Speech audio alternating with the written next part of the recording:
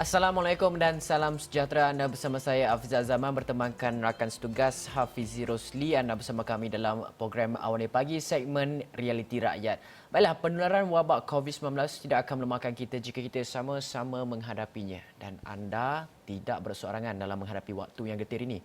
Kami di Astro ini membawakan Realiti Rakyat, tumpuan khas untuk mengangkat suara rakyat ke realiti kehidupan anda akibat COVID-19. Untuk rakyat, anda boleh menghubungi Astro Awani. Untuk kepimpinan Astro Awani akan memberi peluang kepada setiap wakil rakyat yang anda lantik untuk menyuarakan realiti di kawasan anda. Dan semestinya ekonomi juga adalah sangat penting. Oleh itu, dari sekecil-kecil usahawan mikro, PKS sehinggalah perniagaan gedung besar, dan ini merupakan platform untuk anda suarakan isu dan juga inovasi yang diperlukan. Kerana setiap masalah, segala kegusaran akan kami bawakan di Astro Awani ini. Tiada yang tertinggal, tiada yang terpinggir. Kerana Astro Awani prihatin dan terus kekal di rumah, kita jaga kita untuk hapuskan COVID-19. Dan segmen Realiti Rakyat hari ini di Awani Pagi bermula sekarang.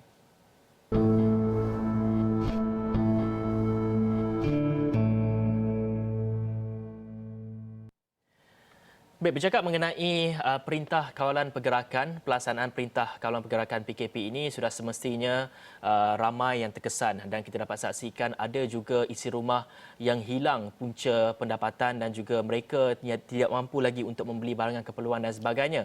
Maka terdapatnya satu organisasi ataupun satu syarikat ataupun perusahaan sosial ini yang mendekati ataupun yang memberikan saluran ataupun menyalurkan makanan-makanan kepada mereka yang memerlukan, dan usaha ini kita akan bercakap lebih lanjut bersama dengan pengasas Masalawis iaitu Kuhan Pati.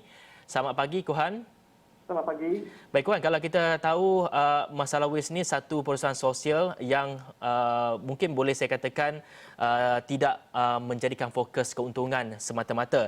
Jadi kita sebenarnya kita nak lebih mengetahui dari segi ramai yang sebelum ini mungkin ramai tidak mengetahui konsep yang dibawakan Masalawis ini dan difahamkan ia merupakan kesuanan ataupun perusahaan sosial yang membuat kutipan, sumbangan, dan juga kita ingin tahu mungkin dapat dikongsikan bagaimana ia disalurkan kepada orang yang memerlukan, dalam bentuk apa dan siapa sasarannya. Okey, alright. So Masalawis adalah sebuah perusahaan sosial yang diasaskan pada tahun 2015. Tujuannya actually untuk memperkasakan belia berisiko tinggi melalui kegiatan ekonomi, iaitu melalui F&B. So selepas PKP diumumkan pada bulan Mac, kami melancarkan suatu inisiatif yang dikenali pasti sebagai Food Without Borders.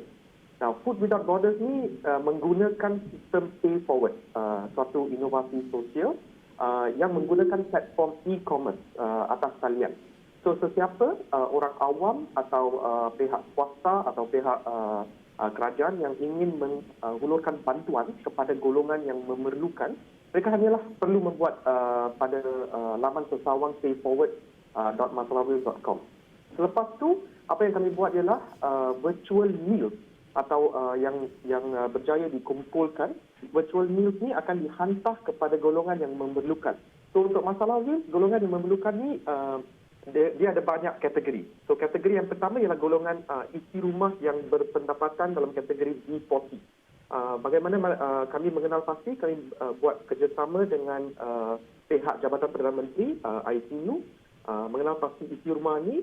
Lepas tu setiap hari kami menghantar pack makanan untuk mereka makan. Dan selain itu kami juga menghantar pack provision, bahan asas makanan untuk beberapa minggu ini. Selain itu, kami juga menghulurkan bantuan kepada frontliners daripada kategori perubatan, keselamatan dan juga sanitasi. Dan juga pelajar-pelajar universiti yang tidak dapat pulang ke rumah, kami juga menghulurkan bantuan makanan kepada mereka. So, semua ini adalah daripada orang awam, daripada pihak swasta, kerajaan kepada yang memerlukan. Kuhan, dalam masa yang sama juga sekarang ni hangat dibincangkan di media sosial sekarang ini. Kita tahu apa yang NGO-NGO lakukan dan laksanakan dan terdapat rakyat Malaysia yang memerlukan, sangat-sangat perlukan. Tapi dalam masa yang sama, anda sebagai satu organisasi yang tidak mengira sebarang latar belakang dan sebagainya, terdapat juga pihak-pihak contohnya mereka yang tidak berdokumen, mereka yang daripada pelarian dan sebagainya. Mereka ini juga perlu kita lihat dalam usaha kita, satu aspek kemanusiaan, satu lagi dari aspek kita sebagai rakyat yang bertamadun dan sebagainya perlu membantu mereka ini. Bagaimana agaknya sekarang ini kita nak fahamkan kepada orang ramai yang sedang bertelingkah, yang sedang bergaduh, sama ada yang menyokong, ada yang tidak, supaya kita berikan bantuan kepada golongan-golongan ini. Ada yang kata golongan-golongan pelarian dan sebagainya, mereka ini mengambil kesempatan, mengambil sumber-sumber kita dan sebagainya. Bagaimana kita nak fahamkan, bagaimana kita nak seimbangkan dalam kedua-dua aspek ini. Kita membantu mereka, tapi dalam masa yang sama mereka perlu lihat bahawa bantuan ini adalah bantuan yang sementara. Anda perlu berusaha sendiri ke macam mana. Pihak NGO seperti organisasi seperti Kuhan pastinya ada pandangan tersendiri mengenai mereka ini. Bagaimana Kuhan? Okey. So kalau kita lihat daripada segi makanan yang kami berjaya mengumpul, hampir 9% makanan diberikan kepada golongan pelarian dan juga golongan gelandangan. So, kalau lihat daripada aspek perusahaan sosial ini menumpukan kepada aspek sosial, iaitu objektif untuk memberi bantuan kepada sesiapa yang memerlukan daripada aspek kemanusiaan. So, untuk masalah will, walaupun mereka pelarian, mereka juga salah satu daripada kita orang juga, mereka juga manusia yang perlu makan, mereka juga manusia yang perlukan bantuan. So daripada aspek menghulurkan pack makanan, kami tidak mensisihkan mereka daripada golongan yang memerlukan. Kami juga memberikan sebarang jenis bantuan yang dapat dikumpul. Boleh Kuhan kongsikan ketika PKP ini apa agaknya kekangan dan juga cabaran yang dihadapi untuk menyalurkan bantuan ini, kerana sebelum ini kita dapat lihat kerajaan telah memutuskan agar segala bantuan daripada NGO ini mesti disalurkan kepada JKM ataupun pihak berkuasa ataupun kerajaan sendiri untuk penyaluran. Dan bagaimana melihat kepada isu ini, dan mungkin ada SOP untuk sekelawan ini yang perlu dipraktikkan, bagaimana sebenarnya ia memberi impak kepada usaha untuk penyaluran makanan ini semua. Okey, so kalau kita lihat daripada skop yang lebih besar, keusahawan sosial atau perusahaan sosial ini adalah model hybrid. Hybrid di antara bisnes tradisional dan juga NGO. So kalau kita lihat perusahaan sosial macam Masalah Wheels ni, mereka ada lesen dalam di bawah essential services. So dari segi menghantar makanan adalah sesuatu yang biasa, iaitu menggunakan penghantaran syarikat penghantaran macam Mr. Speedy, Lalamu, seperti biasa. So sesiapa yang order makanan, kita menghantar makanan melalui riders ini. So sama juga dari segi penghantaran makanan kepada golongan yang memerlukan, dari segi sebuah restoran yang masih beroperasi, kami menghantar makanan menggunakan SOP yang ditetapkan oleh pihak badan berkuasa tempatan dan juga KKM. So kita ada contactless delivery. So pack makanan yang disediakan untuk golongan yang memerlukan ini hanyalah dibiarkan di sesuatu tempat yang dikhaskan, dan yang riders kami akan just pick up dari segi contactless delivery dan menghantar makanan kepada pihak rela yang di-assign di tempat-tempat PPR ni, dan pihak rela yang akan mengedarkan makanan ke rumah. So yang ni actually memang mengikut SOP dan juga mengikut dari segi SME pula mengikut under lesen essential services. Jadi kalau kita dapat saksikan apa yang Kuhan kongsikan sebentar tadi dengan kita semua, dari segi untuk penghantaran itu menggunakan dari segi mungkin ada Grab ataupun mungkin Lalamove dan sebagainya, dan ia salin tak tumpah seperti sebuah restoran yang menyediakan ataupun memberikan makanan kepada orang ramai. Tapi kalau kita nak saksikan bagaimana agaknya dari segi perbezaan antara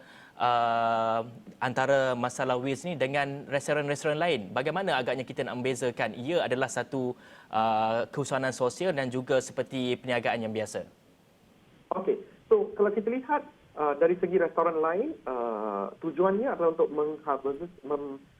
menjual makanan untuk meraih keuntungan. Kalau kita lihat kepada pihak NGO, tujuan mereka adalah untuk membantu sesuatu golongan yang memerlukannya. Tapi kalau lihat daripada Masalah Will, iaitu aspek perusahaan sosial, kita adalah hybrid, iaitu kita mempunyai social objective untuk membantu golongan yang memerlukan, tetapi menggunakan sesuatu sistem yang mapan, sustainable, iaitu menggunakan suatu konsep bisnes daripada keuntungan yang dapat daripada bisnes ni kita gunakan untuk menyalurkan kepada golongan yang memerlukan agar kita dapat memenuhi objektif sosial yang ditetapkan.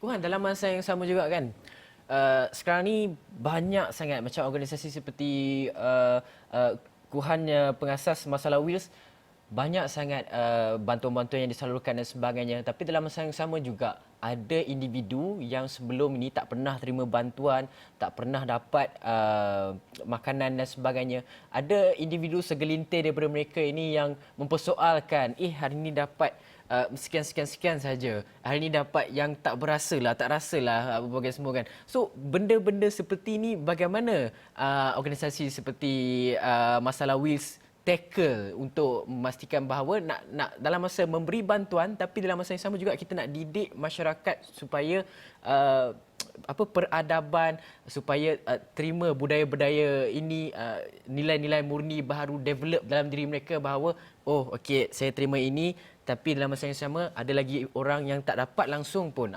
Nilai-nilai murni seperti ini perlu kita sematkan dalam masa kita bagi bantuan, tapi nilai murni pun kita sematkan juga kepada mereka. Bagaimana Kuhan? Okey, actually soalan yang wajar. Memang untuk Masalah Wills, sepanjang tempoh PKP ini kita telah mengedarkan hampir 24,000 pack makanan kepada golongan yang memerlukan. And memang selalu kita daripada segelintir orang terdapat persoalan, kenapa hanya untuk sehari, kenapa bukan 2 hari. So saya rasa dalam aspek ni awareness amat penting dan juga kerjasama. So kalau lihat daripada aspek awareness, kami tidak actually tidak hanya just stop kat situ dan hantar makanan saja, tetapi kami membuat satu relationship dengan sesiapa yang menerima. Contohnya kalau kita lihat daripada golongan PPR, setiap PPR ni kita lantik seorang wakil, and then bila kita lantik wakil ni, kita akan actually memberitahu mereka. Yang ni transparent kepada mereka berapa ramai orang lagi yang menerima pack makanan ini dan kenapa kita tidak dapat menghantar sebanyak 3 kali sehari contohnya. Kerana kita juga harus menghantar makanan kepada PPR yang lain. So yang ni awareness. Sebanyak mana yang kita boleh, kita kongsi maklumat untuk mereka ketahui. Daripada aspek kedua, kami juga tidak dapat just biarkan je kalau tengok daripada segi kebimbangan mereka. So usaha sama dengan NGO lain dan juga usaha sama dengan pihak swasta atau kerajaan juga amat penting dalam situasi ini. So kalau kita tidak dapat menghantar makanan untuk 3 hari, kita akan melihat kalau NGO atau pihak swasta atau kerajaan lain boleh membantu untuk komplement dengan bahan asas makanan yang lain. So yang ni serba sedikit dapat membantu mereka juga. Baik, kepada anda yang di luar sana yang ingin menyalurkan bantuan tetapi tidak berkesempatan untuk memberikan bantuan secara direct terus kepada orang yang memerlukan ini, anda boleh membuat sumbangan melalui Masalah Wills sendiri, iaitu anda boleh saksikan di laman sesawangnya, iaitu masalahwills.com, di mana anda boleh menyalurkan bantuan dan bantuan itu akan disalurkan kepada orang yang betul-betul memerlukan melalui Masalah Wills ini sendiri. Dan terima kasih kepada pengasas Masalah Wills, Kuhan Pati, atas perkongsian itu dan semoga terus berjaya dalam mendekati lebih ramai lagi masyarakat. Dan kita selepas ini kita akan ada satu lagi isu yang kita nak perbincangkan, Fizi, mengenai isu pelancongan. Dan untuk itu kita akan berehat dulu seketika, kita kembali selepas ini.